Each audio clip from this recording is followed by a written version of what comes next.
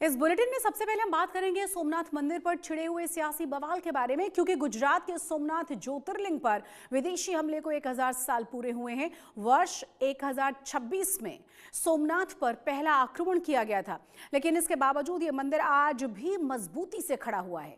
सोमनाथ मंदिर पर महमूद गजनवी द्वारा किए गए पहले आक्रमण के 1000 साल पूरे होने पर प्रधानमंत्री नरेंद्र मोदी ने एक ब्लॉग लिखा है। यह ब्लॉग जहां सनातन के स्वाभिमान को नमन कर रहा है, वहीं उन्होंने 1951 में सोमनाथ के जीर्णोद्वार समारोह पर पंडित नेहरू के विरोध का भी जिक्र किया है। प्रधानमंत्री का ब्लॉग सोमनाथ की राजनीति को नए सिरे से गरमा गया।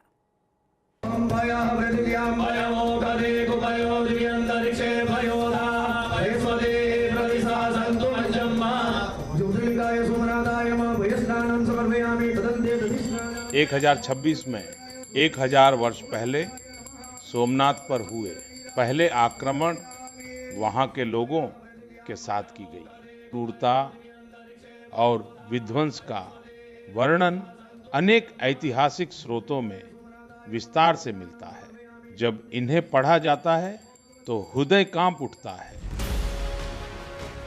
साल 2026 सोमनाथ मंदिर पर 1000 साल पहले महमूद गजनवी के आक्रमण के घाव ताजा कर गया है। लेकिन जहां सोमनाथ की लूट के खिलाफ सनातन के 1000 वर्षों के संघर्ष की बात है, तो वहीं सोमनाथ पर सियासी लड़ाई नए सिरे से शुरू हुई है। प्रधानमंत्री नरेंद्र मोदी ने अपने ब्लॉग में उन आरोपों को नए सिरे से दोहराया है कि पहले प्रधानमंत्री पंडित नेहरू सोमनाथ के जीर्णोद्धार के सरकारी प्रयासों के खिलाफ थे। 11 मई 1951 को सोमनाथ में भव्य मंदिर के द्वार श्रद्धालुओं के लिए खोल दिए गए। उस अवसर पर तत्कालीन राष्ट्रपति डॉक्टर राजेंद्र प्रसाद उपस्थित थे। महान सरदार साहब इस ऐतिहासिक दिन को देखने के लिए जीवित नहीं थे, लेकिन उनका सपना राष्ट्र के सामने साकार होकर भव्य रूप में उपस्थित था। तत्कालीन प्रधानमंत्री पंडित जवाहरलाल नेहरू इस घटना से अधिक उत्साहित नहीं थे। वो नहीं चाहते थे कि माननीय राष्ट्रपति और मंत्री इस समारोह का हिस्सा बने। उन्होंने कहा कि इस घटना से भारत की छवि खराब होगी, लेकिन राजेंद्र बाबू अडिग रहे और फिर जो हुआ उसने एक नया इतिहास रच दिया। सोमनाथ मंदिर पर प्रधानमंत्री का यह ब्लॉग साल भर चलने वाले सोमनाथ स्वाभिमान पर्व की शुरुआत के पहले आया है। प्रधानमंत्री मोदी 11 जनवरी को सोमनाथ मंदिर के दर्शन के लिए जाएंगे। 8 से 11 जनवरी के बीच सोमनाथ में कई आध्यात्मिक और सामाजिक कार्यक्रम होने हैं। सोमनाथ मंदिर के बहाने कांग्रेस पर बीजेपी के सियासी निशाने नए नहीं हैं, लेकिन जब सोमनाथ मंदिर पर आक्रमण के 1000 साल होने पर प्रधानमंत्री मोदी ने अपने ब्लॉग के जरिए पंडित नेहरू की भूमिका की बात की, तो बीजेपी इतिहास का ये चैप्टर भी खोल बैठी।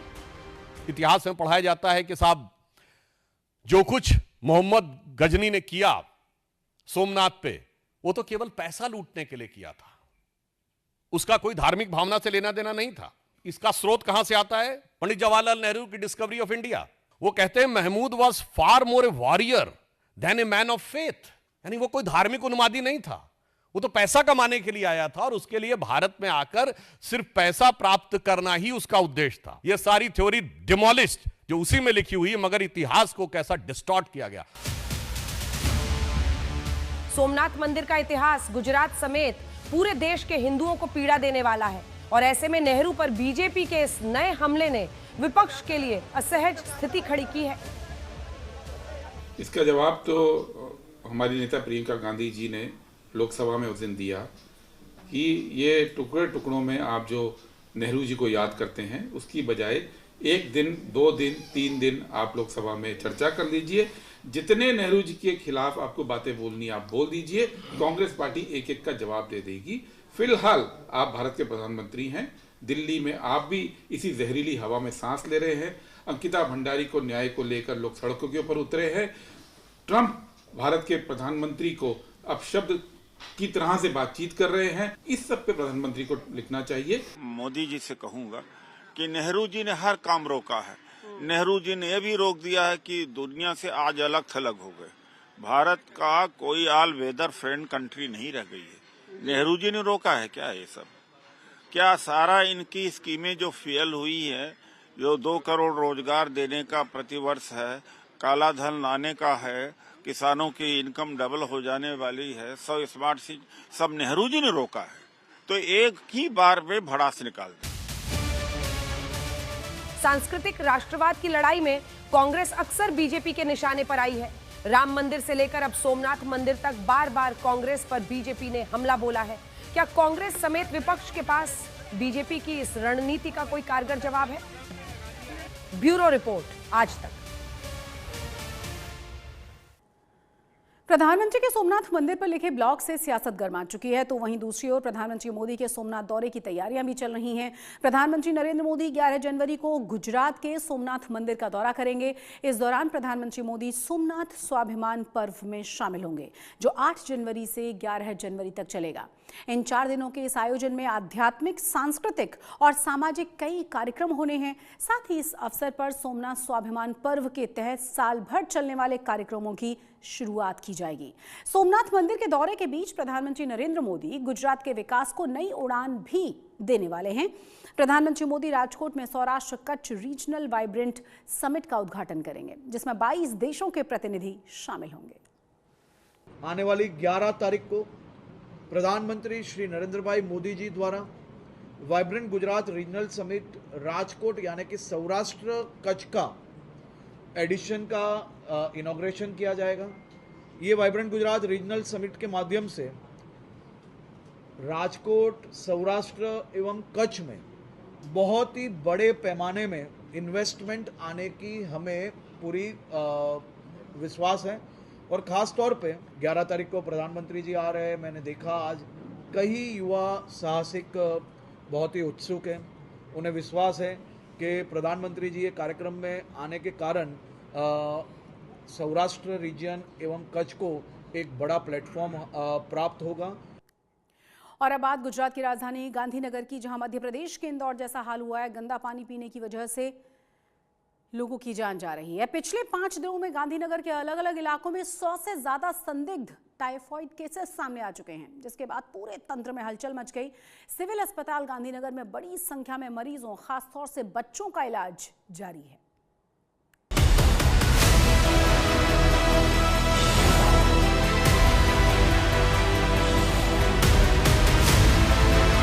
क्या देश के बड़े शहरों में पीने का पानी साफ नहीं है?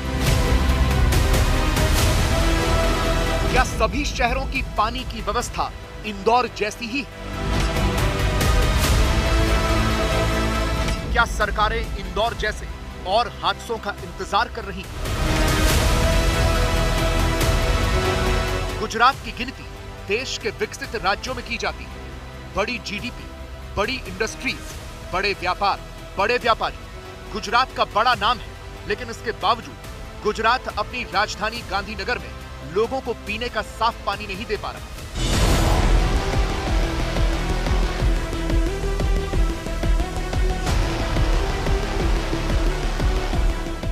एक कोने से देखते जाइए, ये गांधीनगर के सिविल अस्पताल की तस्वीरें हैं। सिर्फ और सिर्फ छोटे बच्चे भर्ती हैं, वो भी 100 से ज्यादा, और इन सभी बच्चों को टाइफाइड हुआ है गंदा पानी पीने से।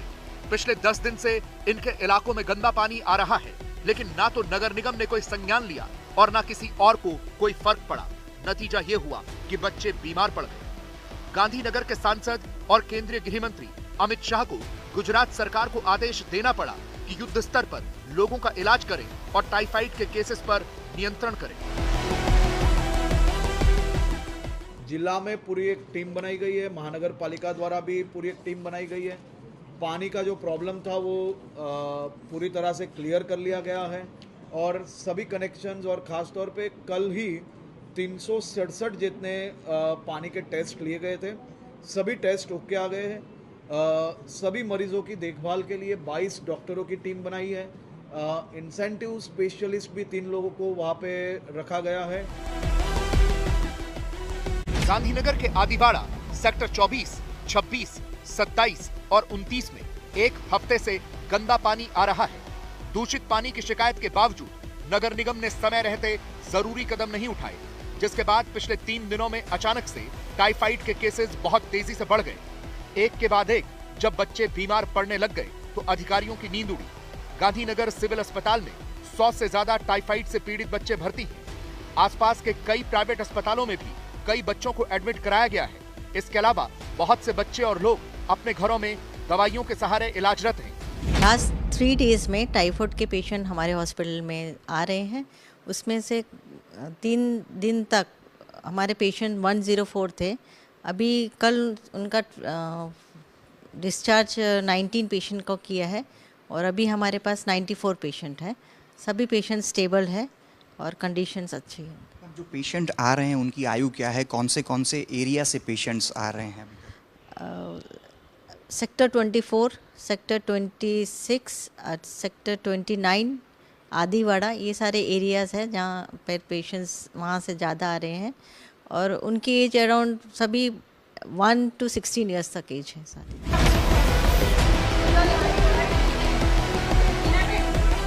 यानी स्थिति कंट्रोल में नहीं है। सिर्फ इसी अस्पताल में 100 से ज्यादा बच्चे हैं तो आसपास के अस्पतालों का क्या हाल होगा? और बहुत से लोग तो घरों में ही इलाज कर रहे हैं और बहुत से लोगों का तो घरों में ही इलाज हो रहा है। समस्या इस बात की है कि समय रहते यहाँ कार्रवाई क्यों नहीं हुई।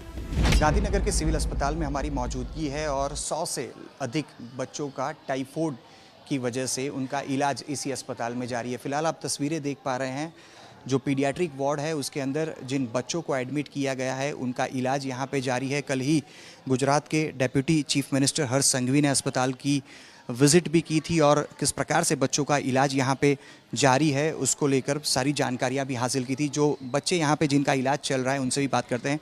बेटा, तुम भी यहाँ पे, तुम्हारा भी इलाज था, किसका फिलहाल इलाज जारी है? तुम्हारा तो इलाज यहाँ पे हो ही गया है। हाँ, हो गया है हमारा। तुम्हें क्या समस्याएं थी? हमें भी टाइफाइड था। कितने दिन इलाज चला? 8 दिन तक। तुम्हें कब डिस्चार्ज किया? अगले सैटरडे किया। और ये कौन है आपकी? मेरी बहन।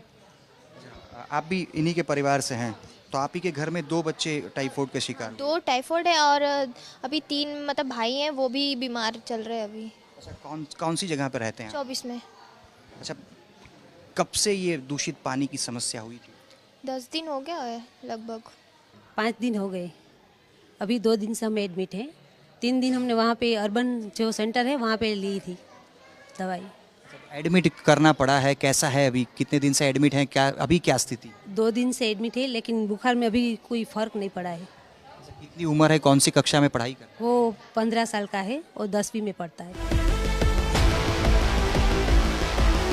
यहाँ भी दिक्कत इंदौर वाली ही थी, यानी कि पीने के पानी की लाइन में सीवर का पानी मिक्स हो गया। 4 दिन पहले ही नगर निगम की टीम ने आकर आदिवाड़ा गांव में पाइपलाइन की रिपेयरिंग की। गांव वाले बता रहे हैं कि पिछले 10 दिनों से दूषित पानी आ रहा था लेकिन कोई एक्शन नहीं लिया गया।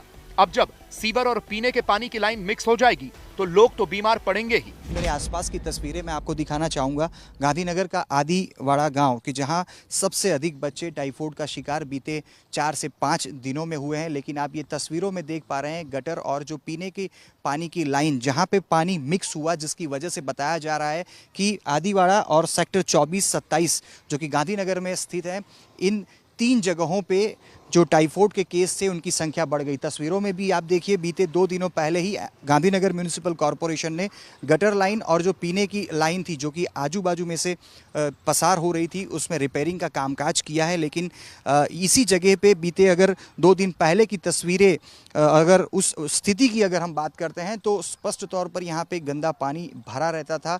गटर की जो लाइन है वो लीकेज होती थी। पीने की जो लाइन है उसकी तस्वीरें अभी आप फिलहाल देख पा रहे हैं और जो वाल आप देख पा रहे हैं इसे फिलहाल यहाँ पे रिपेयर किया गया है, बदला है।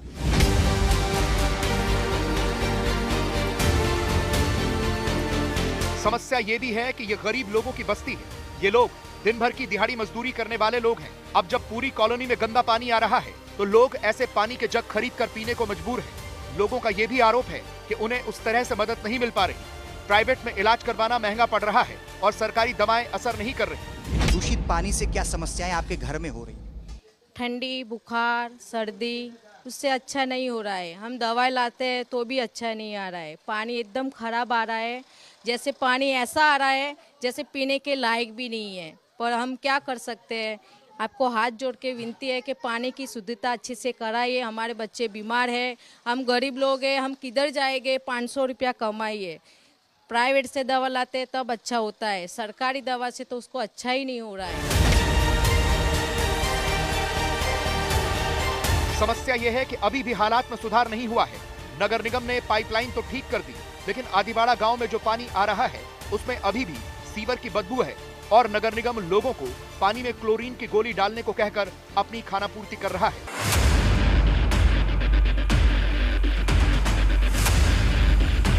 सोचिए, ये हाल गुजरात की राजधानी का है और वो भी किसी एक गांव या एक सेक्टर का नहीं, कई जगहों पर ऐसे ही हालात हैं। अगर हम अपने लोगों को पीने का साफ पानी भी उपलब्ध नहीं करा पाएंगे तो कैसे विकसित भारत बनेंगे?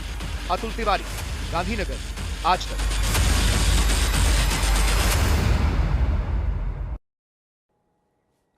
गांधीनगर में दूषित पानी का कहर दिखाई दे रहा है। पेयजल पाइपलाइन में सीवेज के दूषित होने से फैले टाइफाइड का प्रकोप गंभीर रूप ले चुका है। अब तक 104 बच्चों समेत 119 से ज्यादा मरीज संक्रमित पाए गए हैं।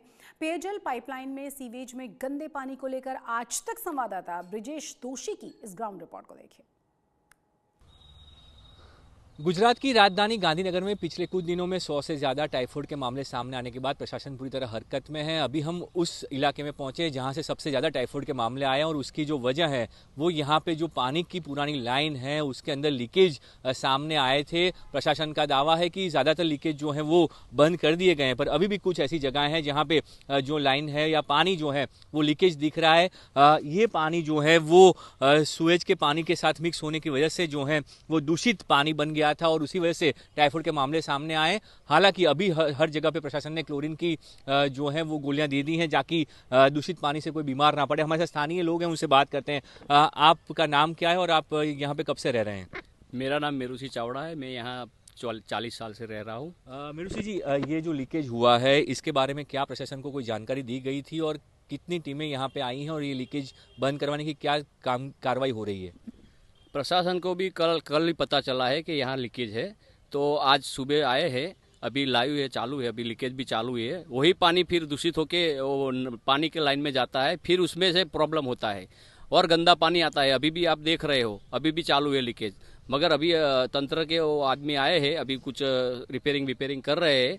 तो मैं प्रशासन से वही विनती कर रहा हूँ कि तात्कालिक धोरण पे यही अच्छा सा करवाए और 2 घंटा पानी दो, मगर अच्छा पानी दो। वही हमारी रिक्वेस्ट है सरकार से। ये जो स्थानीय लोग हैं उनका कहना है कि जिस तरह से यहाँ पे जो है ये 20 दिनों से ये मामला चल रहा है और टाइफाइड के मामले सामने आए हैं, स्थानीय पार्षद को बताया गया, पर उसके बाद भी जो है प्रशासन हरकत में नहीं आया। जब मामले बढ़ गए उसके बाद प्रशासन हरकत में आया और अब जो है सारी कार्रवाई की जा रही है ताकि जो है लोगों की जान जो है वो बचाई जा सके और ज़्यादा जो है लोगों को बीमारियां ना हो। उसके लिए अब उनको क्लोरीन की जो है वो गोलियां भी दी जा रही हैं ताकि पानी वो साफ कर पाएँ और दूषित पानी उनको उपयोग में उनको ना लेना पड़े। उसके लिए पूरी जो है वो कार्रवाई प्रशासन कर रहा है। पर सवाल वही है कि पार्षदों को बताया गया तो उन्होंने क्यों प्रशासन को नहीं कहा, और अगर उन्होंने कहा था तो फिर प्रशासन उस वक्त हरकत में क्यों नहीं आया। गांधीनगर से कैमरामैन जीवन व्यास के साथ ब्रिजेश दोशी, आज तक। केंद्रीय जल शक्ति मंत्री सीआर पाटिल ने छत्रपति शिवाजी महाराज को लेकर बड़ा बयान दे दिया, जिसको लेकर सोशल मीडिया पर नई बहस छिड़ गई है। दरअसल सूरत में पाटीदार समुदाय के द्वारा आयोजित एक कार्यक्रम के दौरान केंद्रीय मंत्री सीआर पाटिल ने छत्रपति शिवाजी महाराज को पाटीदार समाज का बताया। मंच से भाषण देते हुए सीआर पाटिल ने कहा कि मैं ये बताते हुए बहुत ही खुशी महसूस कर रहा हूं कि छत्रपति शिवाजी महाराज भी पाटीदार थे और उन्होंने भी एक हिंदू राज्य स्वराज्य की स्थापना के लिए सफलतापूर्वक भरपूर प्रयास किए थे। केंद्रीय मंत्री के बयान के बाद सोशल मीडिया पर लोग छत्रपति शिवाजी महाराज मराठा क्षत्रिय भोसले समाज का बता रहे हैं। उन्हें सोशल मीडिया पर जबरदस्त बहस छिड़ी हुई है। મને કહેતા આનંદ થાય છે કે શિવાજી મહારાજ, છત્રપતિ શિવાજી મહારાજ પણ પાટીદાર હતા અને એમને પણ એક હિન્દુ સ્વરાજ્યની સ્થાપના કરવા માટેનો પૂરતો પ્રયત્ન સફળતાપૂર્વક કર્યો હતો। આજે અનેક વિવિધ જવાબદારીઓ સાથે જે એમને જવાબદારીઓ મળી છે એમના સન્માનના કાર્યક્રમમાં મારે તો આપને એટલું જ કહેવું છે કે મારી જવાબદારીની વાત આપને યાદ કરાવી દઉં। भरूच की ऐतिहासिक धरोहर जामा मस्जिद में चक्रधर स्वामी के कथित जन्म स्थान को लेकर एक बड़ा विवाद फिर से तेज हो चुका है, क्योंकि हिंदू संतों ने मस्जिदों की प्राचीन शामली विहार जैन मंदिर बताते हुए आमरण अनशन शुरू किया है। साथ ही साथ गैरकानूनी तरीके से धरोहर के साथ छेड़छाड़ करने के आरोप भी लगाए गए हैं।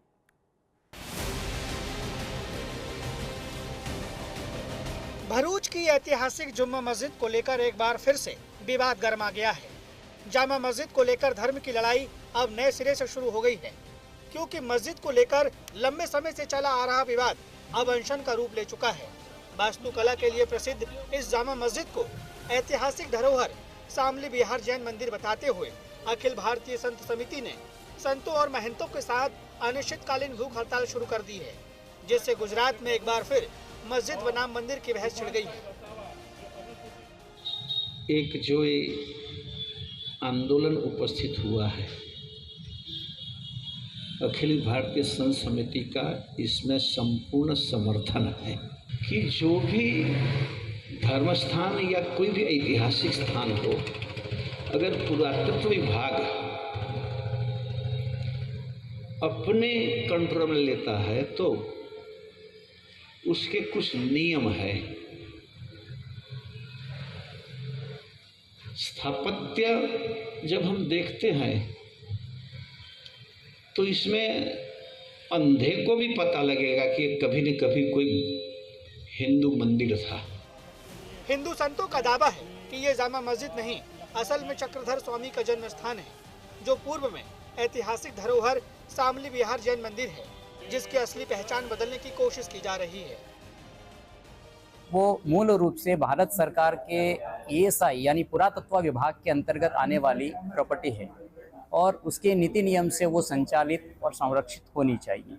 लेकिन कहीं लंबे समय से इसका संचालन और संरक्षण, उसका वास्तु उसके नियम के अनुसार नहीं हो रहा है और लंबे समय से हमारा प्रशासनिक व्यवस्थाओं को जानकारी लिखित रूप में, मौखिक रूप में होने के बावजूद भी उसमें कोई सुधार नहीं हो रहा है, तो उसको कहीं ना कहीं नियमबद्ध करने की स्थिति से हमने सामूहिक अनशन का, अनिश्चितकालीन अनशन का कार्यक्रम प्रारंभ हम कर रहे हैं। दरअसल भरूच में हेड पोस्ट ऑफिस के पास मौजूद जामा मस्जिद है, जो अपनी वास्तुकला के लिए प्रसिद्ध है। जामा मस्जिद का निर्माण 14वीं शताब्दी में हुआ था और इसे पुरानी जैन और हिंदू मंदिरों के अवशेषों से बनाया गया था। इसमें जैन मंदिरों के खंबे, गुंबद और नक्काशी शामिल है और प्रवेश द्वार पर एक जैन प्रतिमा भी है, जो इसके इतिहास को दर्शाती है।